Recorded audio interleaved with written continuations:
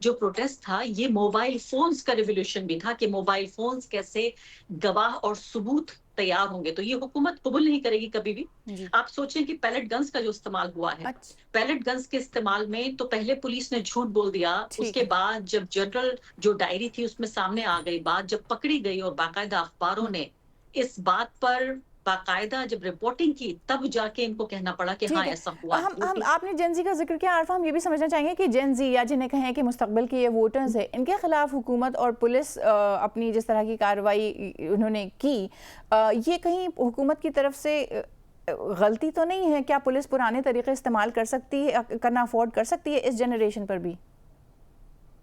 دیکھیں کیا ہو رہا ہے کہ ہاٹ اینڈ کولڈ ٹریٹمنٹ چل رہا ہے. ایک طرف ہم دیکھ رہے ہیں بی جے پی کے ٹویٹر ہینڈل سے باقاعدہ فرینڈز گانے پر ایڈورٹائزمنٹ بنایا جا رہا ہے, جس میں بتایا جا رہا ہے کہ نریندر مودی اس جین زی کے بہت قریبی دوست ہیں. حالانکہ گانا دیکھیے, آپ کی میری جنریشن کا ملینئرز جو تھے, ملینئرز کی جنریشن کا گانا لگا دیا اور جین زی کو اٹریکٹ کرنے کی کوشش ہو رہی ہے, تو ایک بھدا مذاق بھی ہے.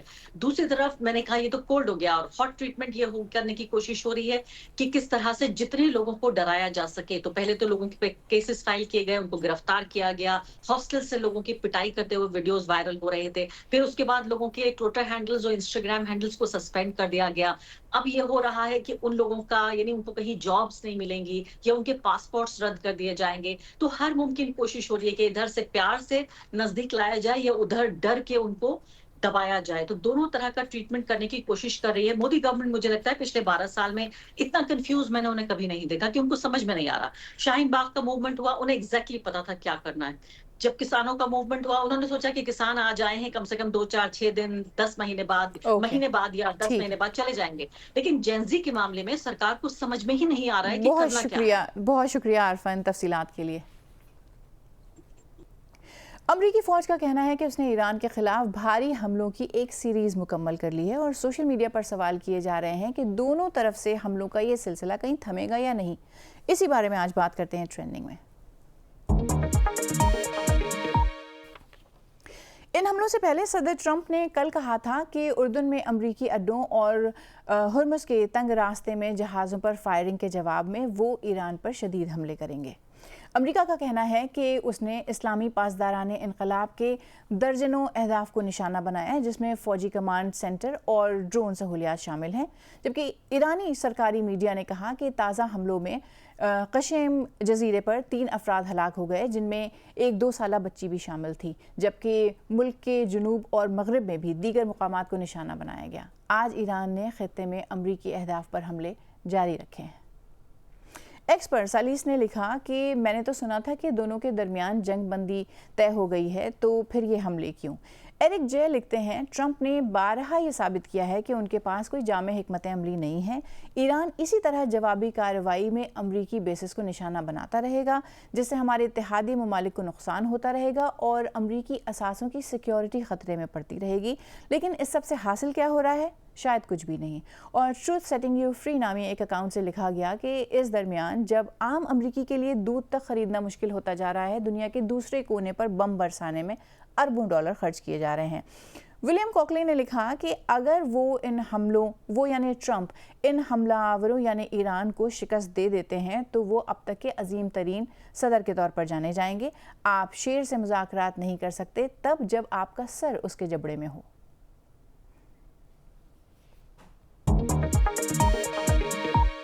میں ہوں سمرا فاطمہ, آپ دیکھ رہے ہیں B B C news Urdu کا پروگرام جہانما.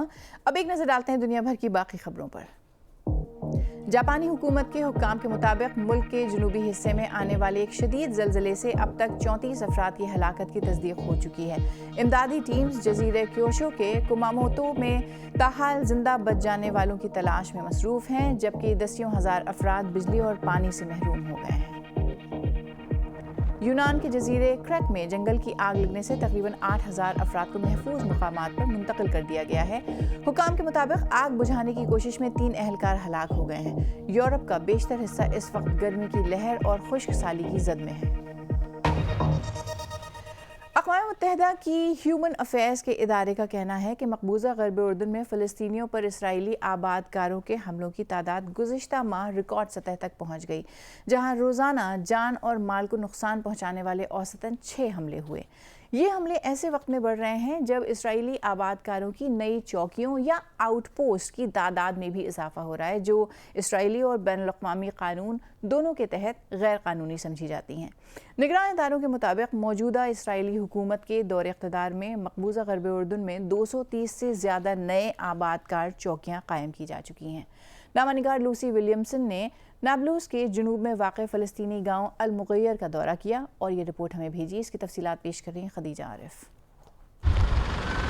مقبوضہ غرب اردن کے فلسطینی گاؤں المغیر میں یہ ایک سنیچر کی صبح کا منظر ہے۔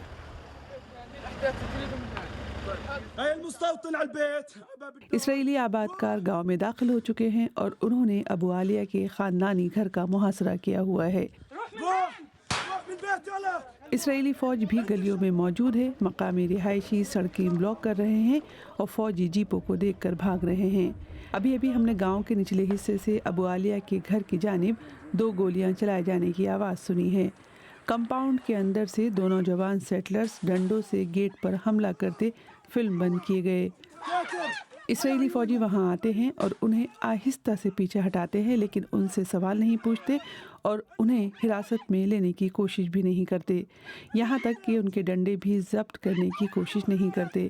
وہ پھر سے دوبارہ گیٹ پیٹنے لگتے ہیں۔ مقامی فلسطینیوں کا کہنا ہے کہ اسرائیلی فوجی اکثر سیٹلرز کے ان حملوں کی حمایت کرتے ہیں۔ گھر سے فلم بند کی گئی یہ تصاویر، سیٹلرز کو فینسنگ توڑتے ہوئے دیکھا جا سکتا ہے جبکہ فوجی قریب ہی کھڑے ہیں، ہیلمٹ اترا ہوا ہے اور فون ہاتھ میں ہے۔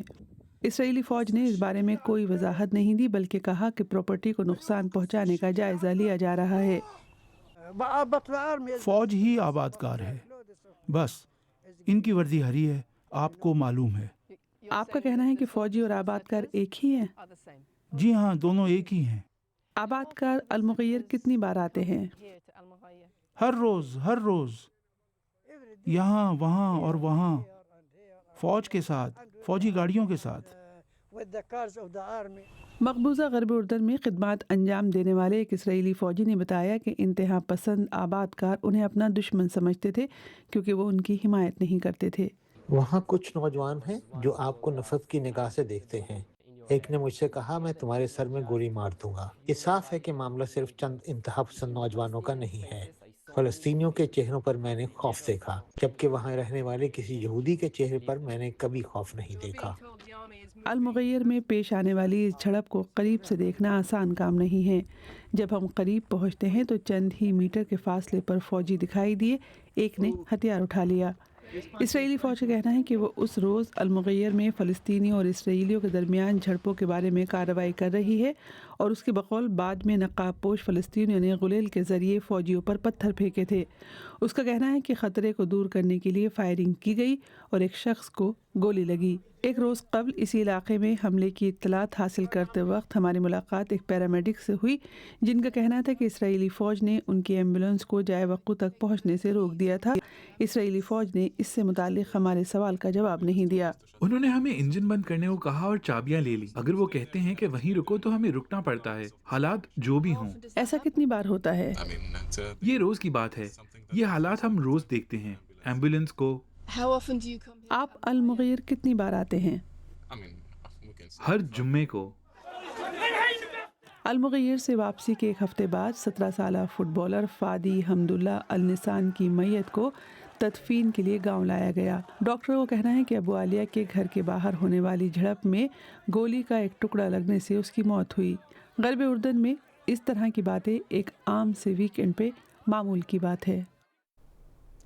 انڈین ریاست مدھیہ پردیش کے دارالحکومت بھوپال میں برکت اللہ یونیورسٹی گزشتہ دنوں نام کی تبدیلی کی تجویز کی وجہ سے تنازع کا مرکز رہی، لیکن یہ تجویز اب واپس لے لی گئی ہے۔ انڈیا میں مسلمان ناموں کی تبدیلی اور ان پر تنازع کوئی نئی بات نہیں ہے، لیکن چلیے آپ کو بتاتے ہیں کہ برکت اللہ تھے کون۔ دیکھیے مرزا عبدالباقی بیگ کی یہ رپورٹ۔ کیا آپ کو معلوم ہے کہ ہندوستان کے پہلے وزیر اعظم کون ہوئے تھے؟